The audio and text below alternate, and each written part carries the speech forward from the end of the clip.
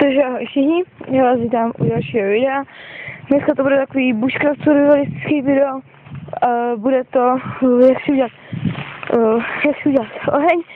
Takže pomocí jenom z lesních cest. Dneska je takhle úžasně krásně. Jsem tak, nevím, 4 km od domova, teďka jsou nějaké vesničky. Takže vám ukážu jak. Už na to spoustu návodů, ale chtěl jsem natočit svůj. Já tohle natáčím mobilem, takže jsem mluvil za kvalitu. Takže po zemi se koukneme, jestli někde není březová kůra. Tady je samotná bříza, ukážeme si, jak to řeže. Uděláme to z nějakého toho silnějšího stromu. Ten toho tolik nepotřebuje, pak si budeme udělat nějaký jiný. Takže tady vidím hnedka nějakou takovouhle. Jinak budu natáčet film, takže se na ně určitě těšte. No ale ono to je celý prochcaný úplně. Ono to bylo přece na všechno. Tady je nějaká tyčka. No a nic. Něco suchýho. Nenajdu už. Nebo co? Nevím. To je jedno. No to je jedno, uřežeme si ze stromu. Tak. Takže najdeme si nějakou silnou břízu, protože ta březová kůra je napuštěná březovým olejem. Takže vidíte, tady už to někdo strhával. Já jsem tady poprvé, já jsem tady nebyl. Takže si to uřízneme, takže uděláme si tady vzadu takhle pořádně takový zářez. Tady můžete vidět. Tak, pořádně to nařezat. Tak, teď si tomu uděláme takhle ty. Tak, a teď ještě jednou pro jistotu. Tak, mám zrovna si vzal nejtupější nůž. Tak, teď to podjedeme. Tak. Já vím, nenadávejte mi do komentářů, že tam jsem měl tu suchou, že vám to chci ukázat, jak se to řeže.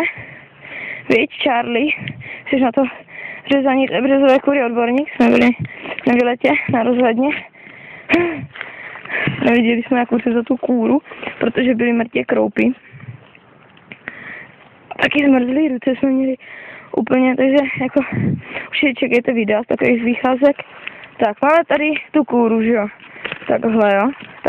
Tak si ho tady takhle nařízneme a pak akorát utrhneme. Jo, tolik by mělo stačit na podpal.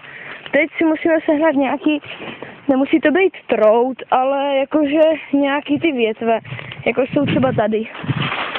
Jo, tady tohle si vezmeme. To zlomím. Tohle úplně bohatě stačí. Tak.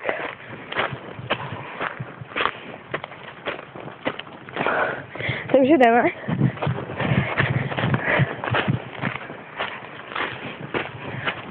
Takže tady si nakopeme k sobě.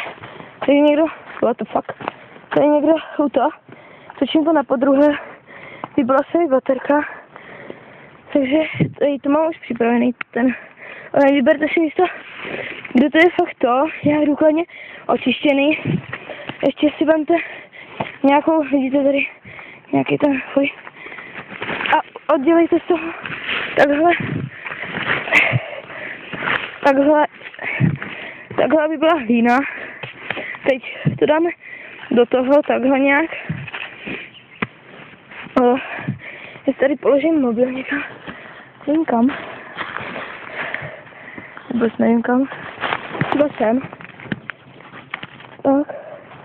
Jo, teďka si vezmeme ty větve. Šlamíme je na půl. Teď mi jde vidět termotriko, to nevadí. Tak. Takhle, aby to bylo, jo. Na podpal to stačí, na ohřátí. Pokud máte sebou nějaký brambory nebo tak, abyste si to pak dali do pokoje, to doporučuji víc. Tak, zradím všechny militaristy, mám sebou zapalovač, to nevadí. Tak, teďka. Máme tady tu březovou kůru a my ho zapálíme. Au. Tak, vezmeme ho. Vidíte, že fakt ta březová kůra tím olejem chytá líp, jak tady ta. Tak. Vychytli další. Tak. Ono to chytne. Teďka vezmeme ten náš co jsme si udělali a přeložíme to takhle na šikmo. Tak, teď k tomu dodáme další takový ty. Já se omlouvám, že to točím takhle, ale prostě mě z toho mobilu nejdou dát videa do programu, jo. Takže já to musím dělat takhle. Tak, vidíte, oheň se nám rozdělal. Jo. Dá se z toho udělat, jo. Dá se z toho udělat úplně v pohodě strašně velký oheň, jo, vidíte, do chvilky to chytlo. Jo.